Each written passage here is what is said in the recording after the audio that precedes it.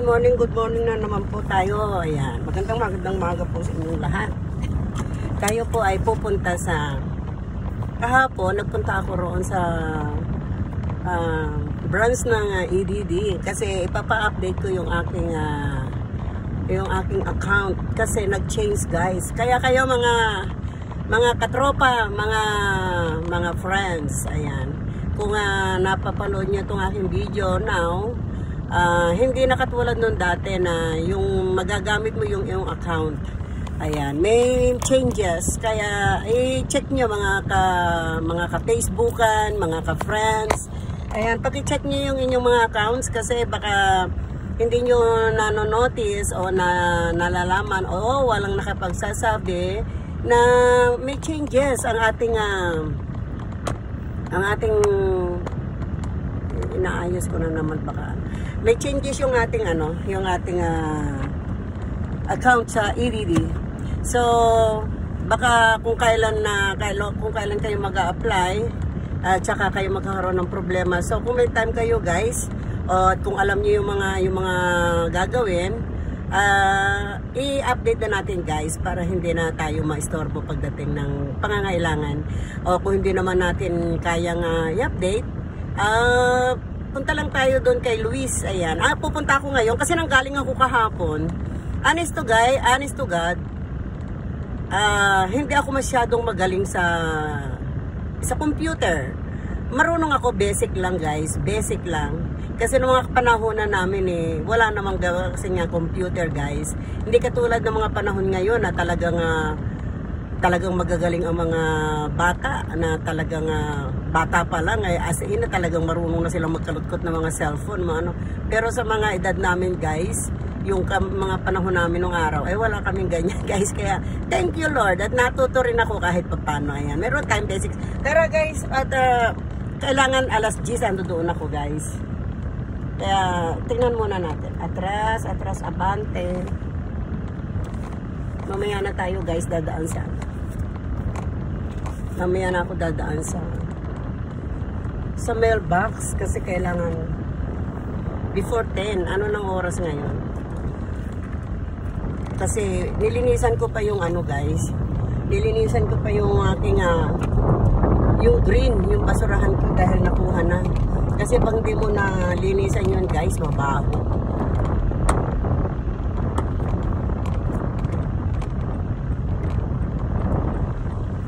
Ito na naman yung sinasabi ng anak ko. Hindi mo kasi palitan yung holder mo, mami. Ayun na nga kasi. Nakakalimutan kasi. Alam mo na si mami. Ayan. Nakakalimutan lagi kung kailan paggagamitin na. Tsaka ayaw mo mamaya asikasuhin ko yan. Kaya ito umiikot na naman siya. Ang dami-dami kong holder ng cellphone. Alam niyo na guys, sa dami ng ginagawa, kuminsan hindi na yan ang pa-priority natin guys. Maano na lang pag yun talagang gagamitin na lang. Kaya kayo guys, ayan, katulad nga ng sabi ko, kung hindi niyo po alam at napapanood niyo rin aking video ngayon,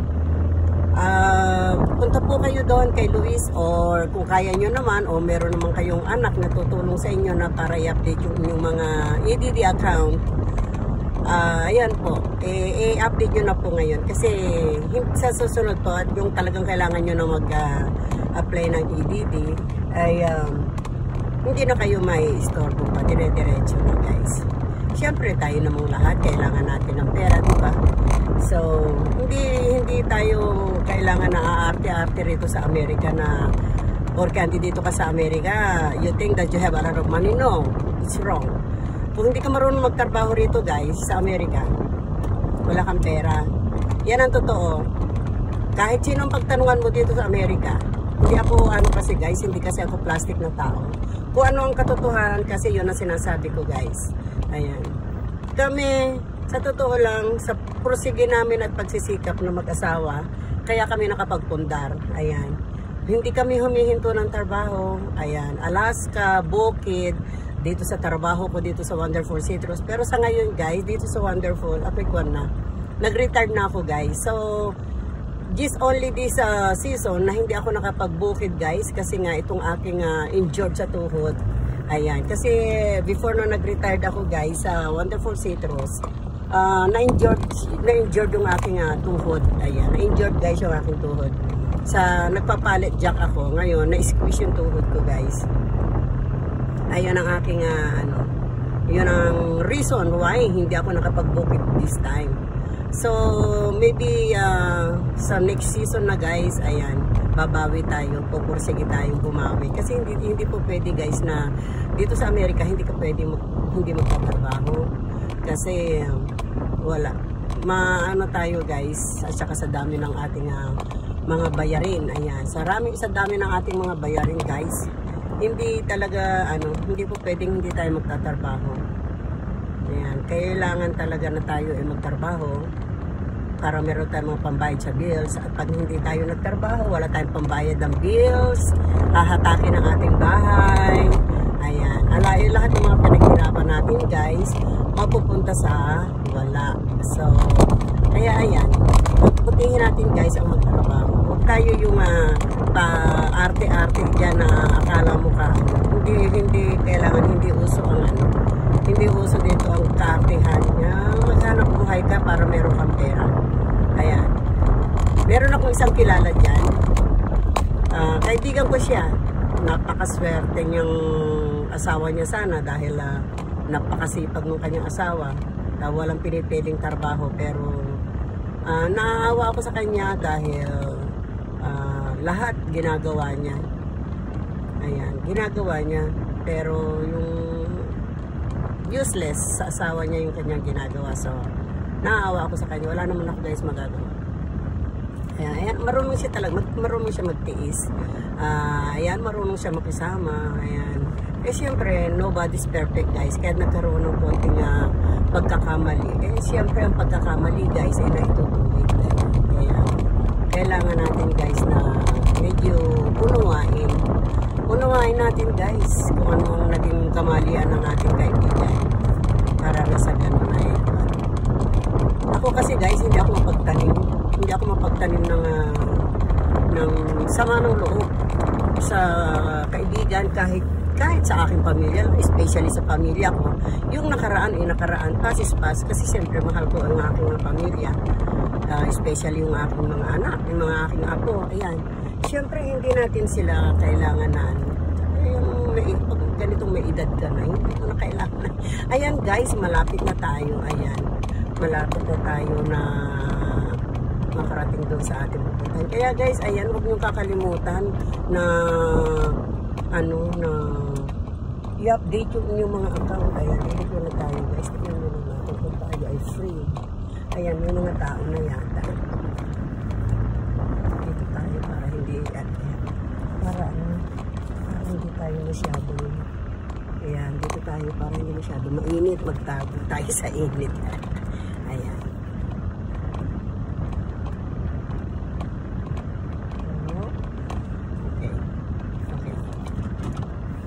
Wala pa guys, maaga pa ng konti. Mas maganda na yung maaga tayo guys. Kaya ngayon guys, yung sinasabi ko sa inyo, kung hindi pa ninyo alam, eto, punta na tayo dito at ano na bang oras? Malapit na. Kaya, ayan, dito tayo guys. Sasama ko kayo doon. Ayan, sasama ko kayo doon. Doon na tayo mag-video. Ayan.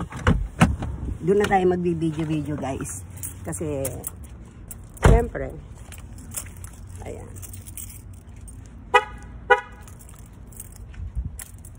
Kasi sabi nung aking kaibigan dito,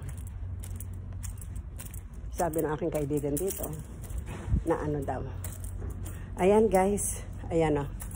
Dito tayo. Ay, dyan ako nagpagupit kahapon guys. Ayun, doon sa salon na yon. Ayan, doon ako nagpagupit. Doon ako nagpagupit. Mamaya pupunta tayo doon sa Wells Fargo. Meron tayong asikasuhin guys. Ayan. Kita niyo? Dito tayo. Hintayin natin kasi 10 o'clock guys. 10 o'clock. Ayan, akit na tayo. Samahan niyo ako ha.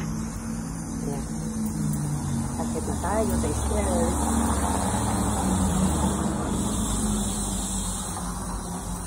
Ako pa lang. Ako pa lang ang tao rito. Kasi okay lang yan. At least, maaga tayo. Ayan. Ayan guys, kita nyo yan. Ayan. Kita nyo. Ayan. Andito tayo guys ngayon sa opisina ng EDD. At para tayo ay magpapatulong na i-update. Ayan, nakaparade mo sasakyan. I-update yung aking account. Ayan.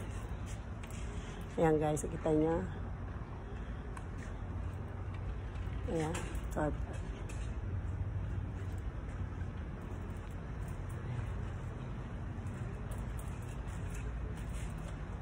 dito tayo nag-iisa.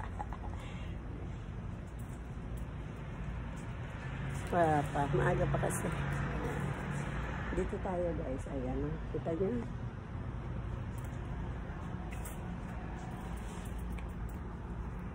Ayan ang aking sasakyan nakaparada.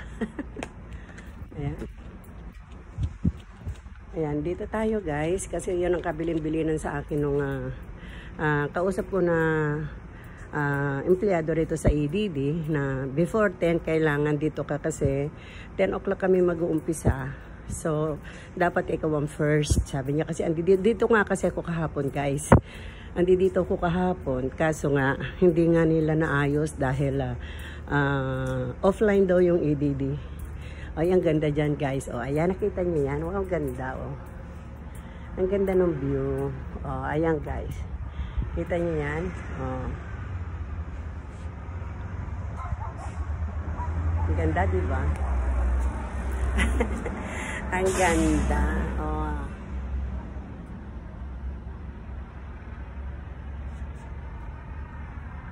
Ayan.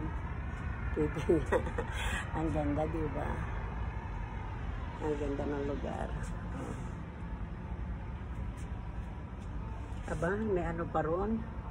May tuwalya pa doon. Mukha yatang ano. Oh, ayan. Residential yan guys, residential. Ayun naman na yung mga apartment sa ano, mga apartment yan guys. Kung wala kang sariling bahay rito, meron naman ano, apartment na uupahan. Ito. Ayan. Marami naman dito guys na yun, nag-uumpisa sa wala. Ayan, uupa muna and then pagka medyo nakaipon na guys, ayan, nakakakuha na sila ng sarili nilang mga bahay. Doon lang sa aming bahay guys, yung lahat ng umupa roon sa bahay namin, at the end, nakakabili sila ng sarili nilang bahay. Ayan. Totoo yan guys, hindi ako nagsisinungaling. Ilan na yung umupa roon sa amin guys na pag yung aalis sila, nakabili na sila ng bahay. Kaya ako very proud sa kanila kasi ayan, sabi nga nila, swerte raw yung bahay namin dahil nakaipon sila, ganon. Ayan. Ayan guys.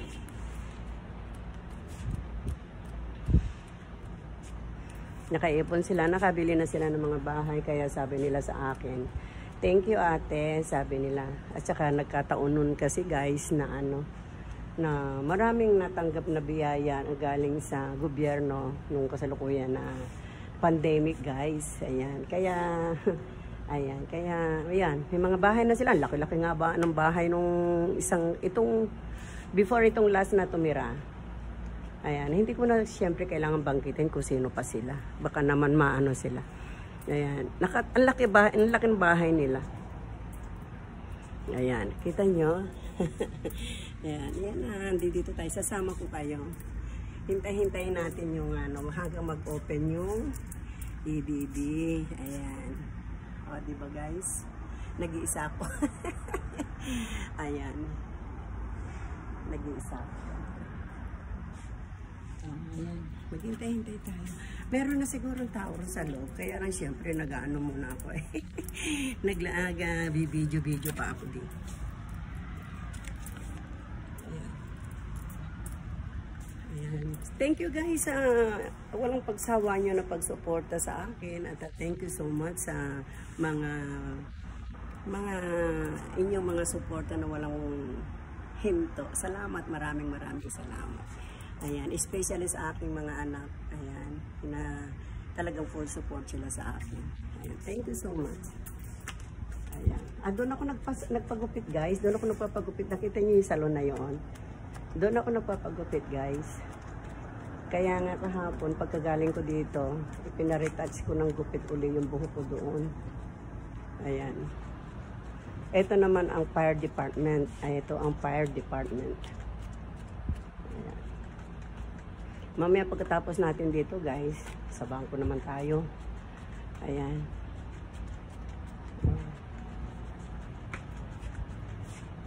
Ayan. Dito lang tayo yung puti.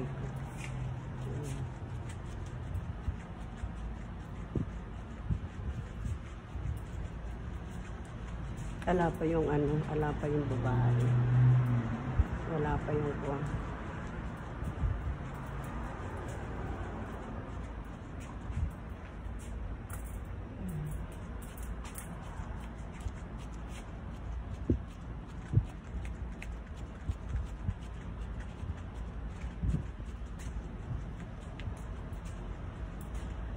Ito na ang gusto mong magpa-medical. Ayan dyan. Andiyan dyan din ang dentist. Ayan. Ayan guys. Kita niyo yan?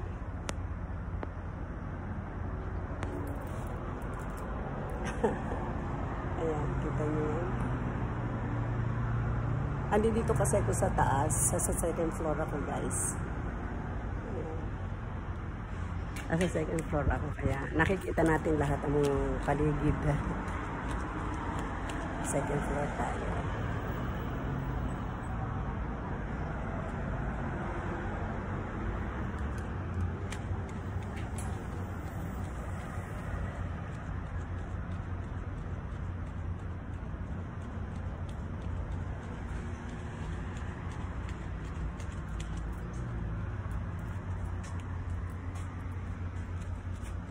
Init. Magtsaga tayo. Magtsaga tayo. Ayan, car park. O sige guys, ako nagpapaalam na naman sa inyo at magandang araw sa inyo ulit. Ayan. Magsuklay muna tayo at nilipad yung aking buhok. Liligo ko lang kasi kanina guys. Ayan. Kaya nga kahapon, nung nagpagupit ako dyan, kinulot-kulot pa niya eh. Sinabi ko, kulot na nga yung buhok ko eh. Gusto ko kasi yung unat. Ayan. O sige na, bye-bye na. Thank you guys. Bye-bye.